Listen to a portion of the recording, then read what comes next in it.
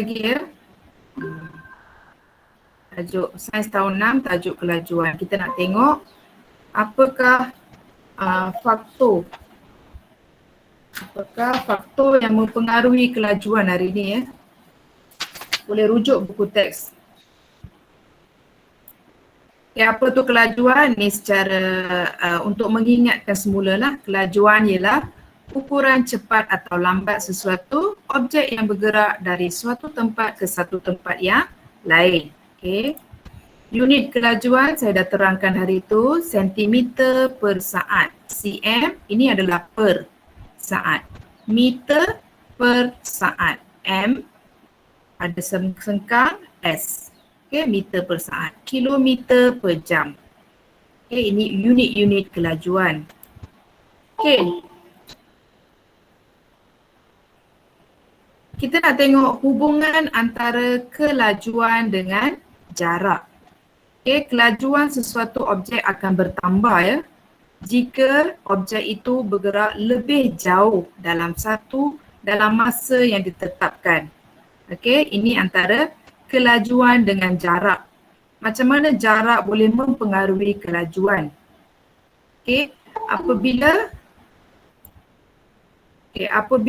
jarak semakin bertambah, kelajuan objek juga bertambah. Tapi dalam satu masa yang ditetapkan. Contohnya, jika 3 buah kereta berlumba, ada 3 kereta ni, berlumba dalam masa 10 saat, kereta yang paling jauh bergerak adalah kereta yang paling laju.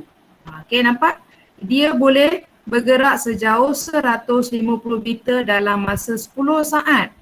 Kereta biru ni boleh bergerak 100 meter dalam masa 10 saat. Kereta yang ini pula 50 meter saja. Jadi masanya sama. Bila masa sama, kita tengok jarak yang paling jauh. Jarak yang paling jauh itulah dikira paling laju. Faham ke? Siapa boleh jawab, faham tak? Faham, Cikgu. Ya. Dalam masa yang samalah macam larian hari tu saya katakan. 3 orang berlari, kita tetapkan masa 10 saat, kita tengok siapa yang berlari jaraknya jauh, dialah laju, dialah yang paling laju.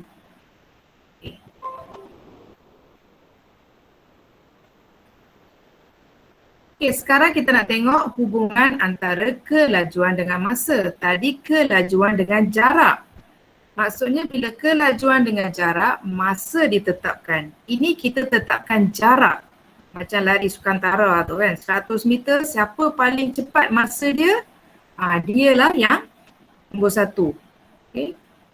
Kelajuan sesuatu objek bertambah jika masa yang diambil oleh objek lebih singkat untuk bergerak dalam jarak yang ditetapkan. Okay. Jadi masa yang paling singkat, jarak dia dah tetapkan. Setiap kereta bergerak 100 meter saja. 100 meter pendek sangat Okay, katakan 10 kilometer saja. Ini 100 meter dia ambil. 100 meter pendek sangat. Okay, 100 meter kereta dia nak bergerak. Tapi kita nak tengok jarak dia. Okay, bukan jarak ya, hubungan antara kelajuan dengan masa. Okay, jadi jarak dah tetap 100 meter. Jadi kita nak tengok masa dia. Siapa masa paling singkat, dialah paling laju. Okay, masa paling singkat, dia paling laju.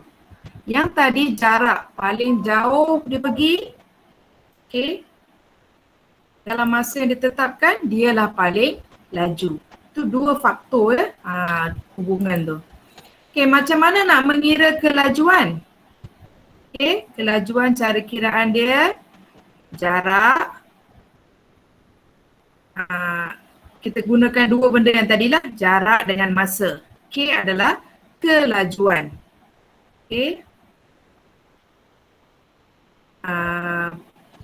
Rumus untuk kira kelajuan ada dalam buku teks. Kelajuan sama dengan jarak bahagi masa.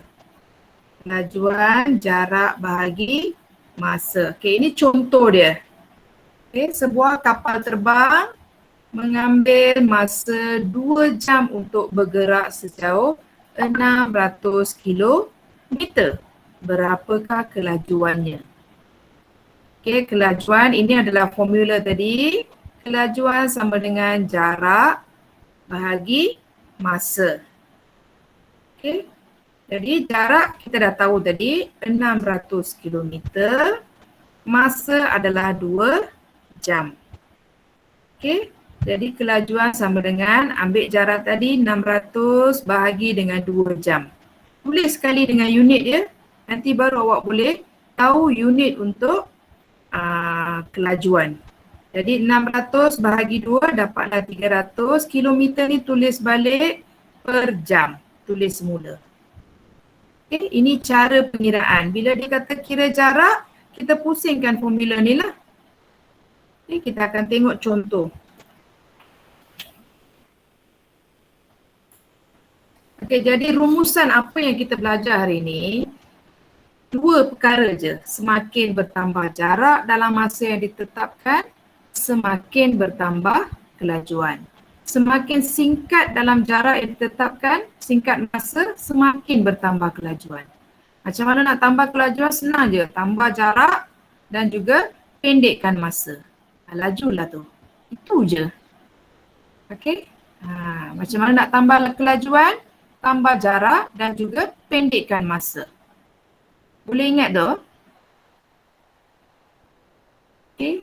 2 perkara ni. 2 hubungan ni. Macam mana nak tambah laju? Mudah. 1, singkatkan masa. 1 lagi, tambahkan jarak. Boleh Azwan? Boleh ke? Nah, macam mana nak tambah kelajuan Azwan? Singkatkan masa ke? Singkatkan masa. Okey, 1 lagi Syahira, macam mana nak tambah kelajuan?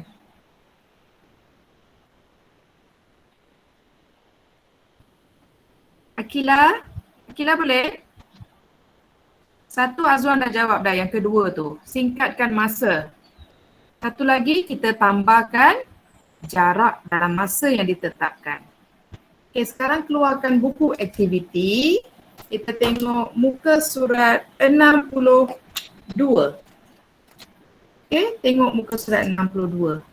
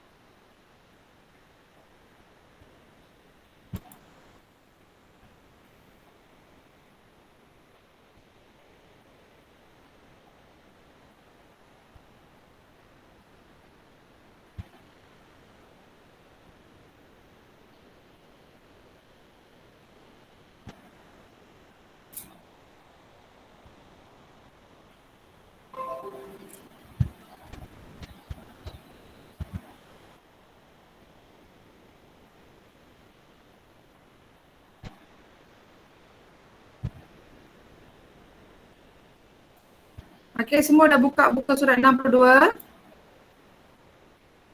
Okey, nampak tak yang saya share ni? Boleh nampak? Azwan, nampak tak Azwan? Nampak ke? Okey, itu adalah muka surat 62 yang saya ambil daripada buku aktiviti awak. Okey, jelas ke? Tak nampak, saya besarkan sikit. Okey. Okey, ini muka surat 62. Okey, ini adalah satu soalan hubungan antara kelajuan, jarak dan masa. Okey, Julian menjalankan satu penyiasatan untuk menyiasat hubungan antara kelajuan kereta mainan dengan jarak yang dilalui.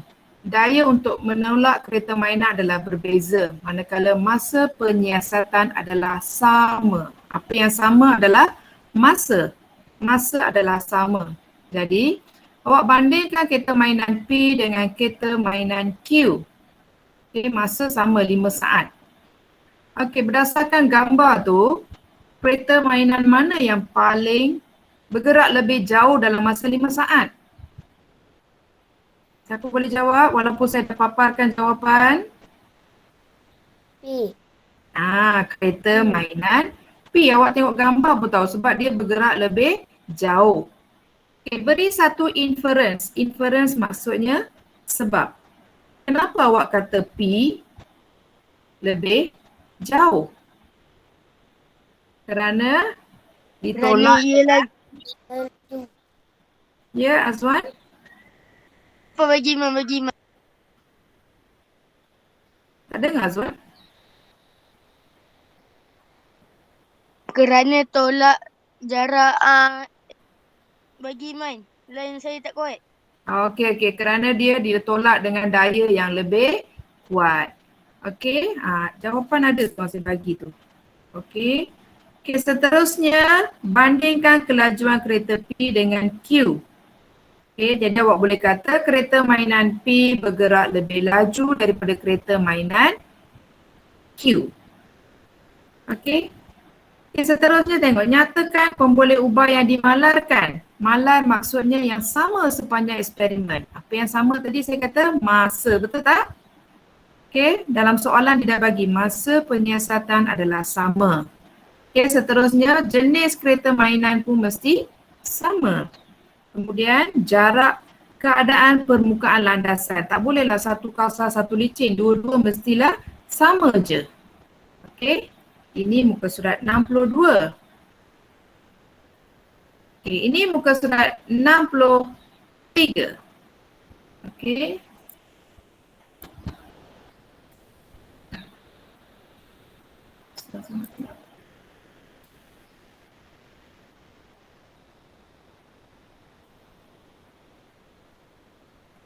Okey. Cuba tengok muka surat 63. Okey. Dah telah diberi jadual, masa dan juga jarak yang dilalui. Ada 4 jenis kenderaan P, Q, R dan S. Kita akan hitung kelajuan. Kelajuan dia punya rumus. Apa dia? Siapa boleh jawab? Bagaimana nak kira kelajuan?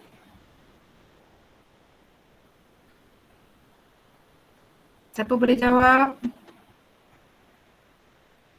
Okey, cara kira kelajuan sama dengan jarak bahagi masa. Cuba tengok ni. Okey, kelajuan adalah jarak bagi masa. Tak payahlah, dah ada kat sini kan. Jadi setiap satu ni awak kena kira lah. Kereta P, jarak dia 25 km. Jadi 25 km bahagi dengan 0.5 masa dia. Okey, awak akan dapat 50 km per jam. Okey, kelajuan kereta Q kira satu-satu. 60 km bahagi dengan 1. Jadi 60 km per jam. Kelajuan kereta R, kenderaan R, samalah jarak bahagi masa. Jadi 120 bahagi 1.5 jam. Jadi dapatlah 80 km per jam. Okey, seterusnya kereta S, jarak dia 210. Nampak ni 210. Okey. Awak tak nampak ke yang kedua, skrin kedua?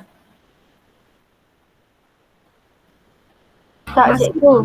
Ini skrin satu kan, soalan muka surat 62 kan?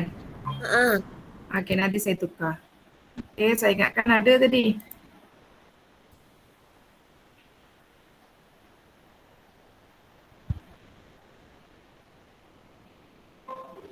Oh, dia kena tukar satu-satu ya. Patutlah awak senyap je. Ini dia. Muka surat 63. Okey, ini dia. Kereta P, kenderaan P, Q dan R. Saya dah siap buat pengiraan tu. Okey. Jadi semua kelajuan mestilah jarak bahagi masa. Awak boleh tuliskan je dekat buku aktiviti awak tu. Nanti awak boleh kira. Okay, boleh tuliskan. Okay, yang dah buka buku aktiviti boleh tuliskan. Okay, kemudian dia kata carta palang yang manakah menunjukkan maklumat dalam rajah di atas. Jadi tepi ni awak bolehlah tulis kelajuan, kemudian awak boleh pilih yang mana satu. Yang mana paling laju? bila dah buat pengiraan? Siapa tahu? Kereta mana yang paling laju? P, Q, R dan S. Yang mana paling laju setelah kira kelajuan ni? Bila awak bandingkan nilai kelajuan ni, yang mana paling laju? 50 ke, 60 km per jam ke, 80 km per jam ke atau 70 km per jam? Yang mana paling laju? 80. 80. Okey, ini maksudnya kereta R boleh bergerak sejauh 80 km dalam 1 jam. Itu maksud dia. Okey, yang paling lambat inilah kereta P hanya boleh bergerak 50 km saja untuk 1 jam. Okey, contohlah saya bagi. Dalam masa 1 jam, kereta Azwan dah boleh sampai Ipoh. Okey, Azwan bawa kereta dah sampai Ipoh. Tapi jarak ke Ipoh 200 km. Okey, kereta siapa ya? Iman Daniel ada kan dalam ni? Okay, Ada. Iman Daniel pemandu yang berhemah. Okay, dia bawa kereta baru sampai Bido. Bido dari sini hanya 60 km dalam masa 1 jam. Okay, Azwan dengan Daniel bergerak pukul 8 pagi. Okay, 9 pagi Azwan dah sampai Ipoh dah. Okay, Iman Daniel dah baru sampai Bido. Itu maksud dia. Jadi Azwan boleh memandu 100, maksud contohlah boleh memandu 80 km lah per jam contohnya. Okay, Iman Daniel memandu 50 km per jam. Sebab tu Iman Daniel sampai Bido, Azwan dah sampai Ipoh. Boleh faham situasi ni? Okay. Okay, hipotesis. Hipotesis adalah kesimpulan awal. Okay, semakin bertambah kelajuan kereta, semakin cepat atau singkat masa yang diambil oleh kereta untuk tiba ke destinasi. Dah tulis semua? Ada yang tulis ke? Kalau tak ada nanti saya bagi jawapan dekat ni. Okay. Okay, seterusnya. Ni nampak kan? Muka surat 3. Okay, muka surat 3 saya tak isi lagi jawapan. Cuba awak buat dulu boleh, apakah pemboleh ubah? Mula-mula mesti cari pemboleh ubah dulu. Lepas buat pemboleh ubah, barulah boleh buat tujuan. Okay, manipulasi apa yang kita ubah? Di sini apa yang berbeza? Ikut jadual ni, jarak sama kan? Menunjukkan masa sebuah kereta untuk bergerak pada jarak tertentu. Masa yang diambil 5, 7 dan 6. Jadi yang berbeza, apa yang berbeza? Manipulasi. Pemboleh ubah bergerak balas. Manipulasi adalah jarak. Yang ni. Jarak yang dilalui oleh kereta. Pemboleh ubah bergerak balas ni. Masa yang diambil. Okey. Okay. Ini awak tulis dekat sini. Nampak Okay, seterusnya yang masa diambil awak akan tulis di sini. Nampak? Okay, sekarang boleh buat ayat tujuan untuk menyiasat hubungan di antara jarak yang dilalui dengan masa yang diambil oleh sebuah kereta untuk bergerak. Kira kelajuan. Okey, macam mana kira kelajuan? Samalah, kelajuan sama dengan jarak. Dia minta jarak yang mana? Okey. Kira kelajuan bagi sebarang jarak yang dilalui di atas. Ambil jarak PQ. Okay, berapa jarak PQ? P ke Q 350 bahagi dengan 5 jam. 300 bahagi 50 dapatlah 5 jam. Okay, sini kelajuan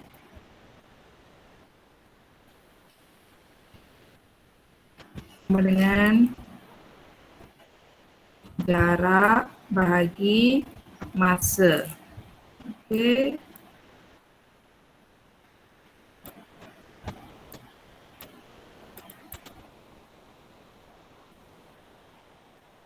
Lepas tu jarak sama dengan 350 kilometer bahagi berapa tadi? Bahagi 5 jam. So, awak akan dapat sama dengan 7 kilometer per jam. Okey. Okay, berapakah jumlah jarak yang dilalui oleh kenderaan ini? Okey, kita tengok. Jumlah jarak kita kiralah semua jumlah dia, jarak dia. Jumlah jarak sama dengan berapa? Siapa boleh jawab?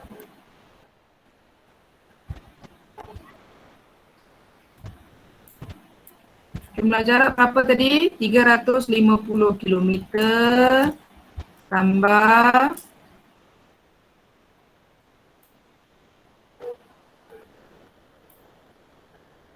tambah 490 tambah 420 kilometer. Semua pun kilometer. Semua kilometer. Kena sama unit dia. Okey.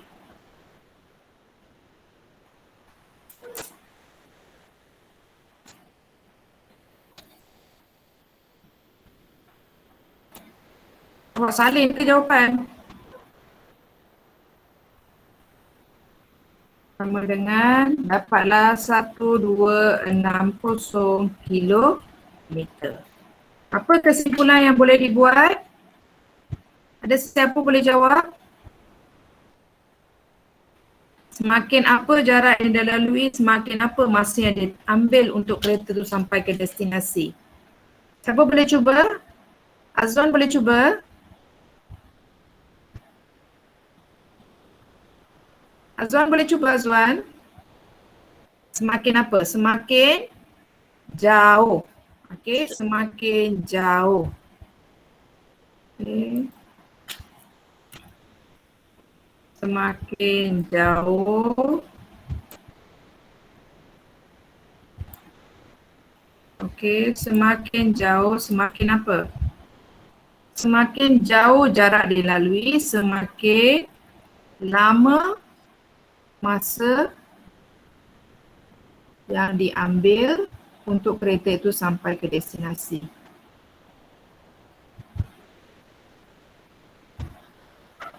Okey.